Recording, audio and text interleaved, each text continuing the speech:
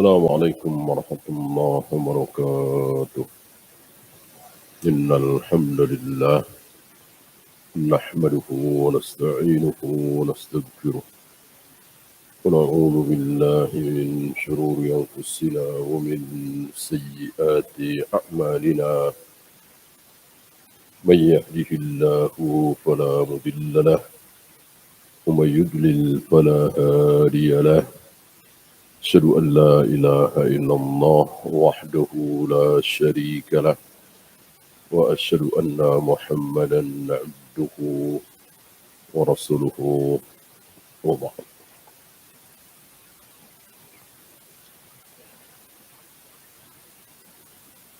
Kita sampai fama dhalla ahlul bidai as-sawab. Tidak ada yang menyebabkan ahlul bid'ah itu sesat, menyelisihi kebenaran, menyelisihi hidayah, terjatuh ke dalam kebinasaan bid'ah. Waqa'u fi mahalikil bid'ati warroda. Wasuddat alaihim abwabur rusdi wal haq. Seolah tertutup pintu petunjuk, pintu kebenaran itu tertutup bagi mereka. Kenapa? Illa bisababi adba'ihim al-hawa. Sebabnya karena mereka mengikuti hawa nafsu, kecenderungan pribadi. Antum tahu, insya Allah antum pernah merasakan bahwa masing-masing kita, termasuk antum saya, itu punya kecenderungan.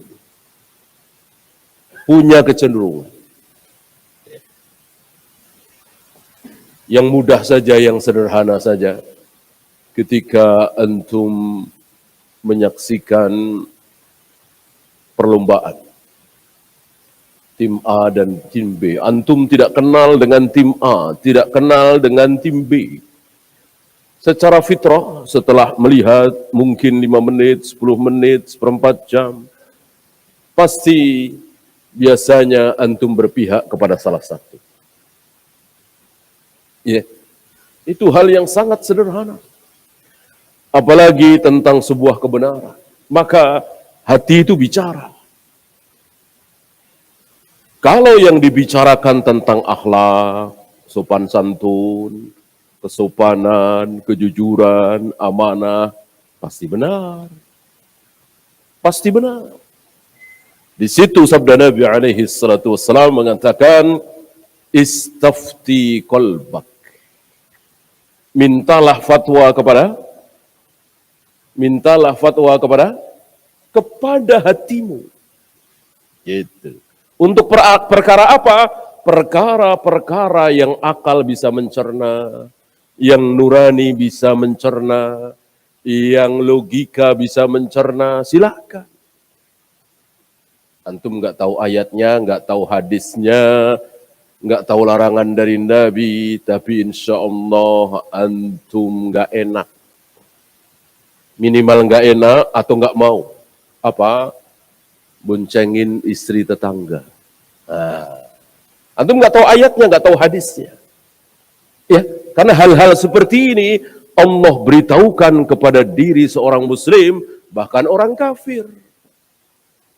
Ini nggak pantas. Gitu.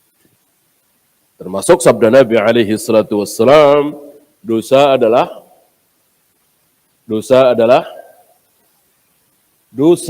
perbuatan yang engkau tidak mau ada orang lain tahu. Wah, itu ciri-ciri dosa. Ya. Antum nggak mau kalau ada orang lain tahu. Wah, itu ciri-ciri dosa di situ. Dosa apa? Bid'ah? Bukan. Dosa syubhat? Bukan. Dosa syahwat. Sebetulnya gaji saya cuma 5 juta. Saya pegawai negeri, misalnya. Tapi saya dapat amplop dari sini, dapat hadiah dari sini, dapat hadiah dari vendor ini, vendor ini. Berani antum cerita? Insya Allah nggak berani. Insya Allah nggak berani. Iya. Karena antum tahu, dengan fitrah nggak boleh, saya sudah digaji. Saya tugasnya di sini sebagai kepala bagian misalnya ya. Gaji sekian, taruhlah 10 juta, 15 juta. Kerjaan saya dari A sampai Z, dari Senin sampai Jumat, dari jam 8 pagi sampai jam 4 sore, gajinya 15 juta. Bolehkah saya menerima amplop ini, pemberian ini, hadiah ini dari vendor-vendor itu? Tentu kita akan bisa menjawab di hati kita nggak boleh. Dan kita nggak mau kan ada orang lain tahu, makanya kita diem. Kita nerima dan kita diem. Itu ciri-ciri dosa. Ya. Adapun orang mati ditahlilkan apa tidak? Kalau bulan Rabiul Awal mengadakan acara Maulid Nabi atau tidak? Kalau ke Mekah, di Mekah seminggu, umrohnya sekali, apa 2 kali, 3 kali, 4 kali? Tanyakan kepada hati kita masing-masing. Kejawab nggak? Bisa jawab nggak hati kita? Bisa jawab? Ya nggak bisa. Orang mati itu ditahlilkan apa tidak? Nggak bisa hati kita menjawab. Ya. Seminggu di Mekah itu umrohnya sekali cukup, apa boleh 2 kali, 3 kali, 4 kali? Nggak bisa jawab. Melempar jumroh itu 7 kali, apa 8 kali? Hati kita nggak bisa jawab. Yang jawab ilmu qala Allah wa qala Rasul ala fahmi sahabat. Yang dimaksud oleh Nabi istafti qalbak, mintalah fatwa kepada hatimu, itu urusan sesuatu yang nalar kita bisa bicara. Kejujuran, amanah, sopan santun, pantas apa tidak, hubungannya dengan berzina, mencuri, menipu, membunuh, berbohong. Itu. Tanyakanlah kepada hati kita. Kalau kita tidak mau orang lain tahu, sudah tinggalkan. Alamat itu ya. Tinggalkan. Berarti itu dosa. Ya. Nah, yang dibahas di pembahasan ini bukan itu. Bukan masalah kesopanan, bohong apa, jujur, amanah apa, khianat, dan seterusnya, bukan. Maka minta fatwa kepada hati nggak mungkin bisa. Jawabannya ada di qala Allah wa qala Rasul. Yang dimaksud di sini mengikuti hawa, kecenderungan diri kita. Cenderungannya mana? Karena itu Allah mengancam dan nggak main-main ancaman Allah ini. Apa? Nuwallihi ma tawalla. Kami akan palingkan kemana dia mau berpaling.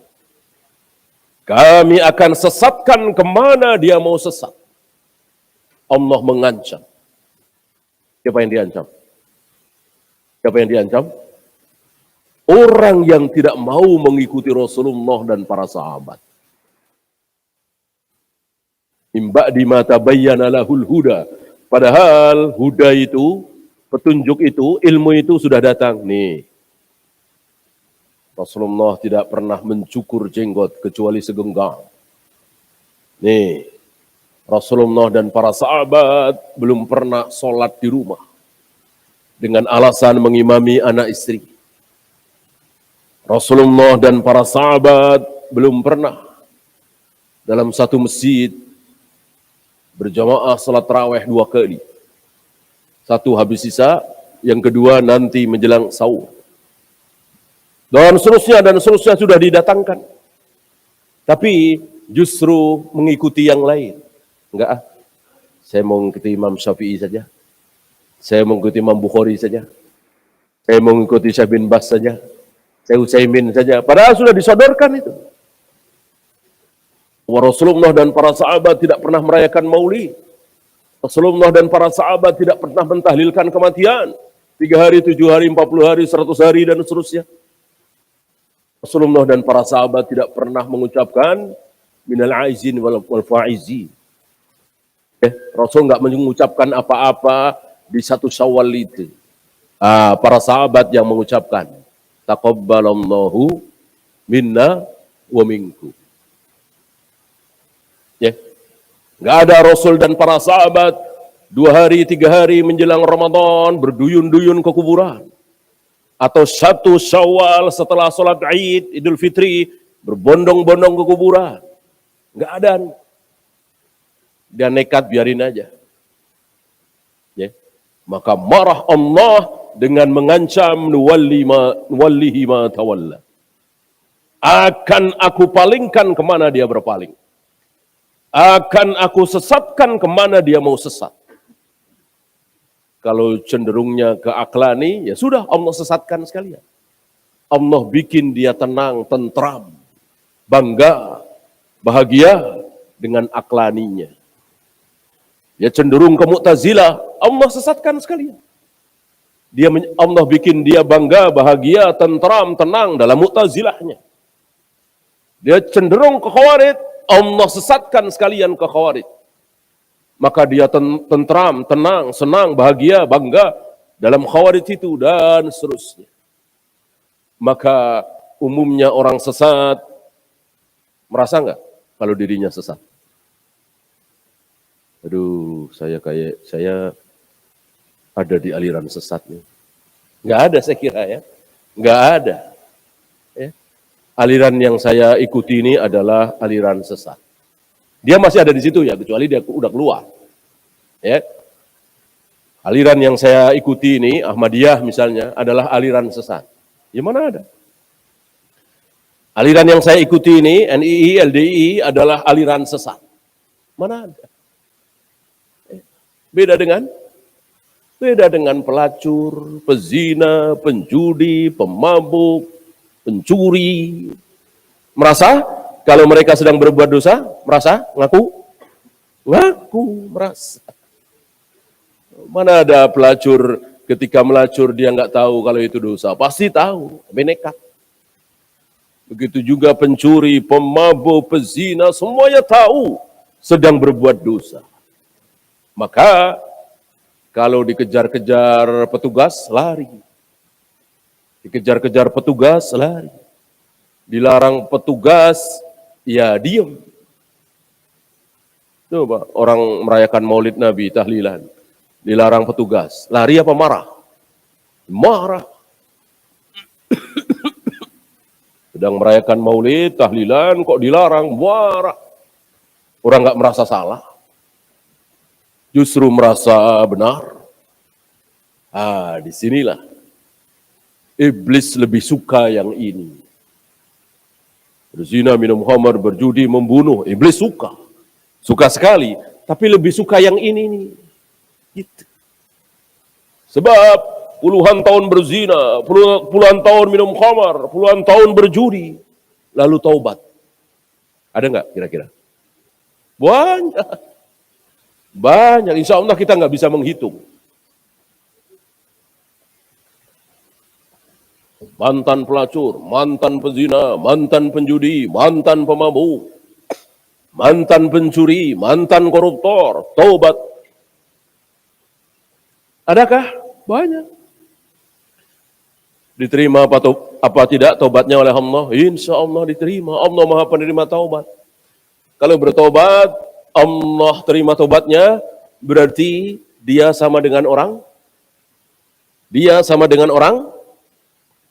yang belum pernah berzina sekalipun, belum pernah minum khamar, belum pernah berjudi, belum pernah berzina dan seterusnya. Ya, gimana coba perasaan iblis? Gimana perasaan iblis? Capek-capek saya goda puluhan tahun Dia mau berzina, minum khamr, sekarang nol dosanya. Apalagi mohon ampun di bulan Ramadan, di malam-malam Lailatul Qadar. Dia memohon kepada Allah, Allahumma innaka afuun tuhibbul afwa fa'fu anni. Diulang-ulang ini mantan pendosa ini, mantan pelacur, mantan germo ini. Allah ampuni, dan mudah bagi Allah mengampuni karena Allah memang Maha Pengampun. Habis dosanya, apa enggak kiamat itu iblis? Kiamat bagi iblis. Maka iblis lebih suka yang ini nih. Kenapa? Karena pelakunya enggak sadar sedang berbuat salah. Ada yang ngasih tahu, Pak, bid'ah itu Pak, enggak ada contoh dari Nabi, marah. Kalau dia orang awam, kalau dia orang berilmu, hafal Al-Quran misalnya, hafal banyak hadis, cari-cari dalil untuk berkilah. Karena memang tidak merasa salah. Disinilah. Ya. Maka para ulama sepanjang hayatnya, dalam kehidupan para ulama, itu berdakwah itu lebih memfokuskan yang syubhat apa yang syahwat? Syahwat apa syubhat? Syubhat. Ulama begitu. Ulama tidak akan menghabiskan waktu mengatakan saudara-saudara berzina haram, saudara-saudara berjudi haram, jangan berjudi ya, jangan minum khamr ya, jangan melacur ya, jangan mencuri. Ya sekilas saja, orang udah tahu semua kalau itu haram. Ya, fokus para ulama adalah subhat-subhat, jangan Pak ini bid'ah, ini syirik, ini enggak ada contoh dari Nabi SAW, ini sesat, ini keliru. Para ulama seperti itu. Ya. Maka para ulama semakin ke sini, semakin ringan apa semakin berat?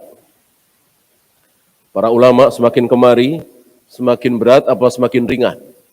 Semakin berat karena bid'ah itu semakin banyak. Semakin banyak. Di zaman sahabat belum ada bid'ah. Di zaman 3 orang ini masih hidup, belum ada bid'ah. Belum ada fitnah, belum ada syubhat, belum ada aliran sesat. Ketika 3 manusia ini wafat, baru muncul. Ya, di zaman Utsman, membesar di zaman Ali, muncul satu aliran sesat.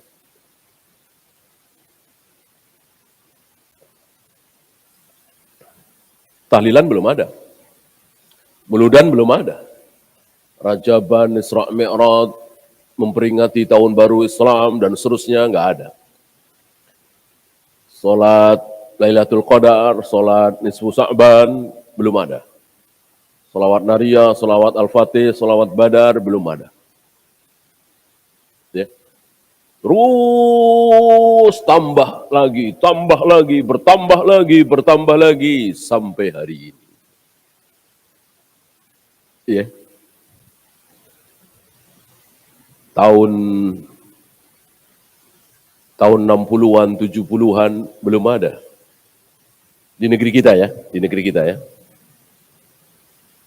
Qiyamul Lail berjamaah di luar bulan Ramadan. Dan diumumkan imamnya siapa, di masjid mana, mengajak kaum muslimin.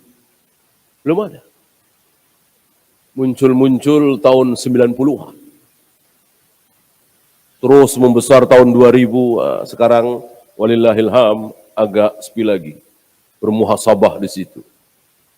Nangis-nangis di situ. Ya. Sebuah ibadah yang tidak pernah dicontohkan oleh Nabi SAW. Nabi berjamaah Qiyamul Lail diumumkan, disengaja di masjid, itu khusus di bulan Ramadan. Disebut dengan istilah salat tarawih, tahajud dan witir. Khusus bulan Ramadan boleh dilakukan sebelum tidur. Di luar Ramadan harus tidur dulu, kecuali witir.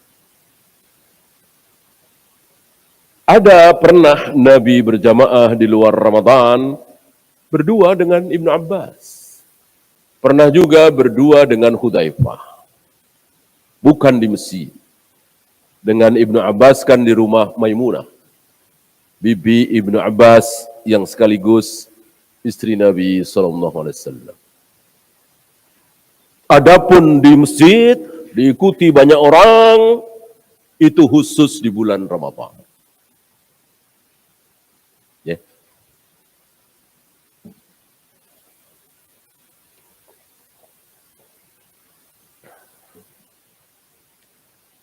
Dulu bermaaf-maafan itu di 1 Syawal saja. Sekarang nambah lagi. Sebelum Ramadan, Idul Adha, malah ada lagi itu menjelang tahun baru, ya, akhir-akhir Desember, bermaaf-maafan juga. Nambah lagi. Dan begitulah bid'ah. Pasti akan bertambah. Beda dengan sunnah. Sunnah pasti berkurang. Seperti kita mengaku ahlus sunnah, mengamalkan sunnah. Apakah sunnah yang kita amalkan sama persis sebanyak sunnah yang dilakukan oleh Rasul dan para sahabat? Enggak. Banyak sekali yang berkurang. Azan Abu Mahdurah hilang. Kita enggak dengar lagi satu sunnah hilang, azan Abu Mahdurah. Azan ketika mau hayya 'ala shalah, ulang lagi syahadatnya. Ini azan Abu Mahdurah, hilang kan?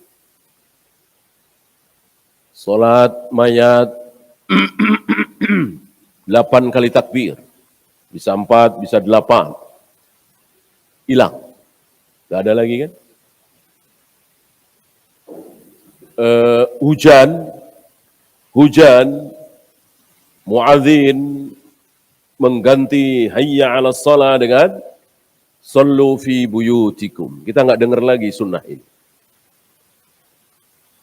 Sedang sholat maghrib atau duhur, tiba-tiba hujan lebat.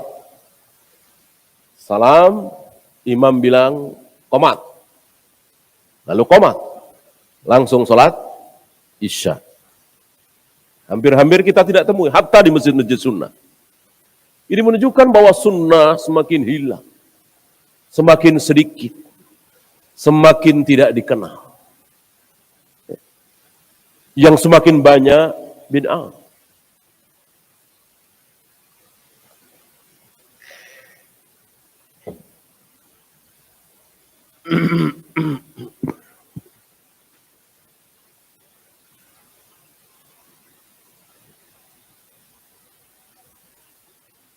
Wa tanakkubuhum sabilan Nabi sallallahu alaihi wasallam al-mujtaba. Dan juga disebabkan karena menyimpang, menentang jalan yang telah ditempuh oleh Nabi sallallahu alaihi wasallam, manusia pilihan ini. Ingat, agama itu cuman nyuntuh, niru, nyontek, ciplak. Bukan ngarah. Bukan istihad. Bukan qala wakila, kata si anu. Ya. Wa manhaja sadatil wara. Menyelisihi manhajnya manusia termulia Nabi Muhammad sallallahu alaihi wasallam. Kemudian beliau membawakan satu bait. Man kana yarghabu fin najah. Barang siapa yang yarghabu fi. Yarghabu bisa yarghabu fi, bisa yarghabu an. Raghiba fi, raghiba an. Artinya bumi dengan langit. Rogiba fi, ingin. Rogibaan, benci, tidak mau. Maka Nabi mengatakan, faman rogiba an sunnati. Bukan fi ya. Di sini fi. Barang siapa yang ingin an-najah, selamat, fama lahu ghairu ittiba'il Mustafa, maka tidak ada jalan lain kecuali mengikuti manusia pilihan. Siapa? Itu Rasulullah SAW. Adakah cara lain? Enggak ada. Tidak ada. Hari ini saudara-saudara kita, sebagian besar saudara-saudara kita mengatakan ada. Ada, bukan jalan Nabi, tidak pernah dicontohkan oleh Nabi, tidak pernah dilakukan oleh Nabi, tapi baik. Ada. Apa? Ya tadi. Maulid, Rajaban, Nuzul Quran, perayaan-perayaan, tahlilan, kan isinya tahlil, tahmid, tasbih, kan bukan buruk. Ya, sementara Nabi belum pernah mencontohkan. Ketika Nabi masih hidup, sudah ada kematian belum para sahabat? Ada. Ada Mus'ab bin Umair, ada Ja'far bin Abi Thalib, ada Zaid bin Haritha. Istri beliau Khadijah kan wafat ketika beliau masih hidup. Anak-anak beliau semuanya meninggal ketika beliau masih hidup, kecuali Fatimah. Tapi nggak ada satupun riwayat Nabi mentahlilkan mereka 3 harinya, 7 harinya, 40 harinya, 100 harinya. Dengan baca ini, baca itu, baca tasbih, baca tahmid, baca Al-Quran. Tidak ada. Apa iya kita lebih pintar dari Nabi, lebih benar dari Nabi, lebih berilmu dari Nabi? Mustahil. Kalau Nabi nggak melakukan, ya salah. Termasuk yang dilakukan oleh jutaan kaum muslimin hari ini di negeri kita, di negeri-negeri Islam yang lain. Apa? Merayakan Maulid Nabi, memperingati hari kelahiran Nabi Sallallahu Alaihi Wasallam dengan berbagai macam dalil, ayat ini, hadis ini, yang sahih, yang dhaif. Yang sahih ada, bahkan ayat, ya kan? Tapi jauh, apa istilahnya, jauh panggang dari api. Bukan dalil, dipaksakan.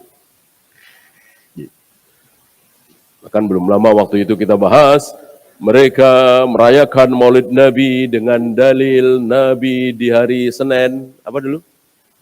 Di hari Senin, puasa. Ini kan jauh panggang dari api, ngarang sekenanya. Mana ada Nabi merayakan, para sahabat merayakan sesuatu pakai puasa. Namanya merayakan itu, merayakan Idul Fitri, merayakan Idul Adha, itu pakai makan-makan, senang-senang. Mosok merayakan pakai puasa, aneh. Ya itulah, maksain. Nggak ada dalil yang pas, ya udah ini aja. Main comot. Iya, itulah. Dan banyak sekali ayat-ayat, hadis-hadis, ucapan para ulama ini itu banyak sekali. Hancur dengan satu pertanyaan. Ciri-ciri bid'ah begitu. Mau ulama sekali bermanapun kalau terjerumus dalam bid'ah, hancur oleh satu pertanyaan.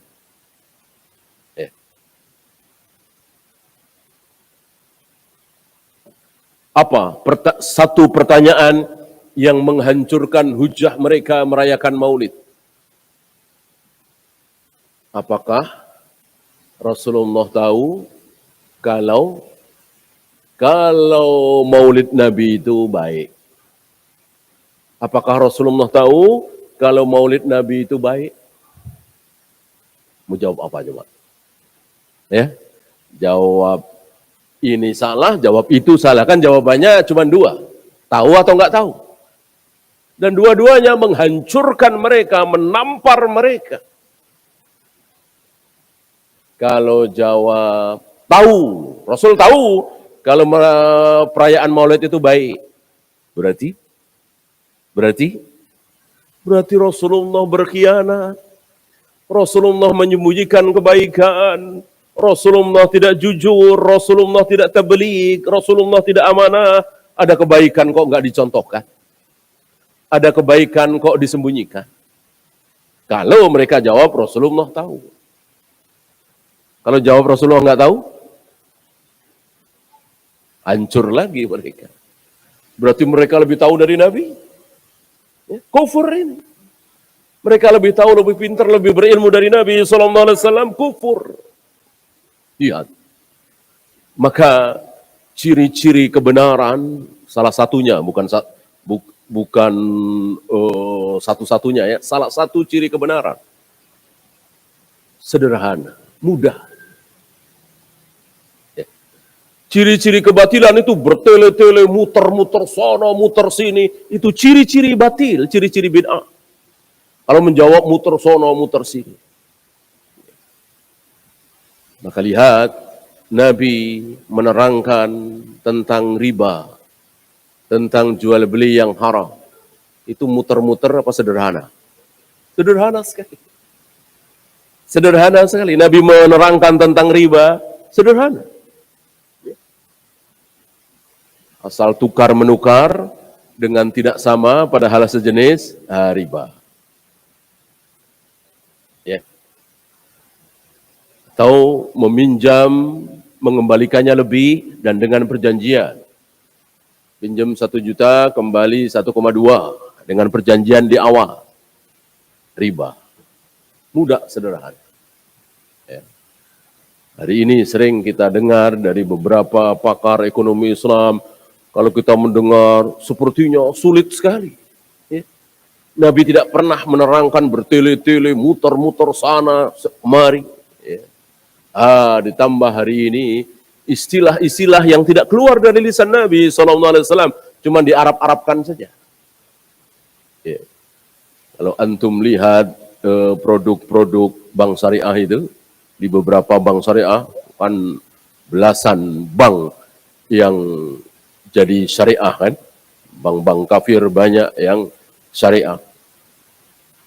Lihat, kalau antum belajar nggak usah banyak-banyak saja ya, tentang Kitabul Buyu, Imam Bukhari, antum akan melihat, ini nggak ada istilah seperti ini, diarab-arabkan saja.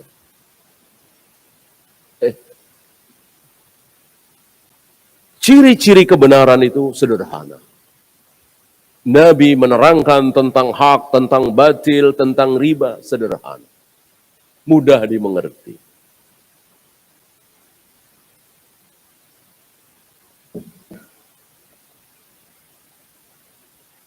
Fima ata, apapun yang dibawa oleh beliau, oleh Nabi SAW, yang dibawa oleh Nabi pasti wahyu dari langit, pasti ucapan Allah. Wa ma yantiqu anil hawa in huwa illa wahyu yuha. Allah yang menjamin bahwa dia Muhammad tidak pernah berbicara berdasarkan hawa nafsu. Semua yang keluar dari mulut Muhammad adalah wahyu. Nah, dalam menyampaikan kebenaran wahyu ini ada beberapa sifat. Satu, beliau berbicara. Beliau berbicara tanpa perbuatan. Ya.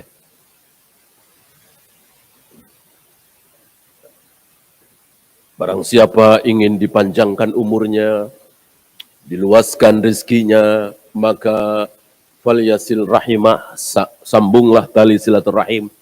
Beliau bicara. Beliau bicara. Yang kedua, beliau tidak berbicara tapi berbuat. Beliau melakukan.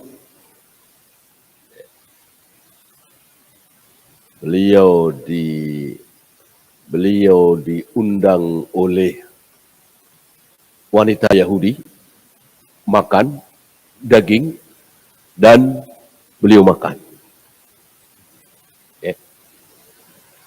walaupun beliau tidak mengatakan bahwa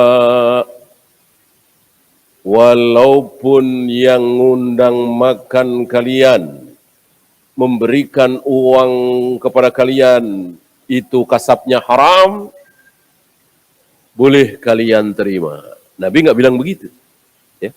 Tapi Nabi melakukannya. Dan wanita ini rentenir. Ya. Umumnya para orang-orang Yahudi itu kasabnya adalah riba. Wanita ini rentenir, istilah kita rentenir. Hasilnya ya riba, kasabnya riba. Nabi datang dan makan.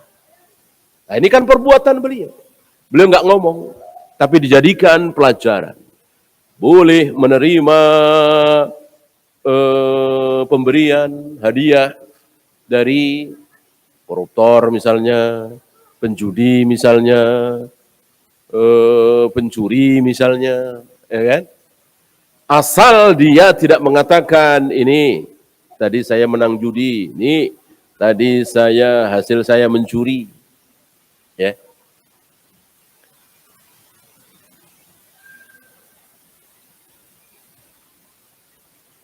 Masuk waktu Isya, silakan azan dulu. Wassallallahu ala Muhammadin sallallahu alaihi wasallam wa akhiru da'wana alhamdulillahi rabbil alamin.